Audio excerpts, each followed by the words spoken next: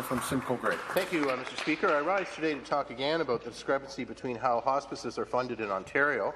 This is an issue I've been raising with this government for close to a decade, and it yet is still an issue today. I wanted to begin by congratulating the staff and many volunteers of Matthews House Hospice in Alliston. I was pleased to participate in a funding announcement made by the member from Barrie last week, where the hospice received $1.2 million to go towards the construction of their new 10-bed facility.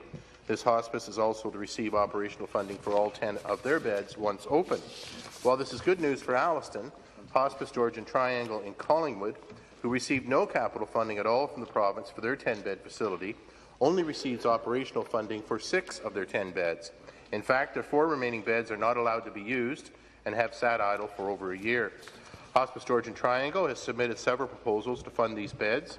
They have asked the government to use the beds in collaboration with Collingwood General Marine Hospital to assist the hospital with capacity problems and flu outbreaks. They've asked to use the beds as respite beds, as they do in Sudbury. They've asked to use the beds if they fund them themselves, and again, no from the government. All of these requests have been turned down.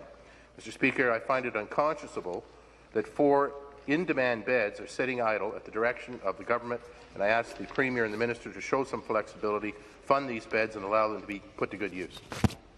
Thank you. Further member statements. The member from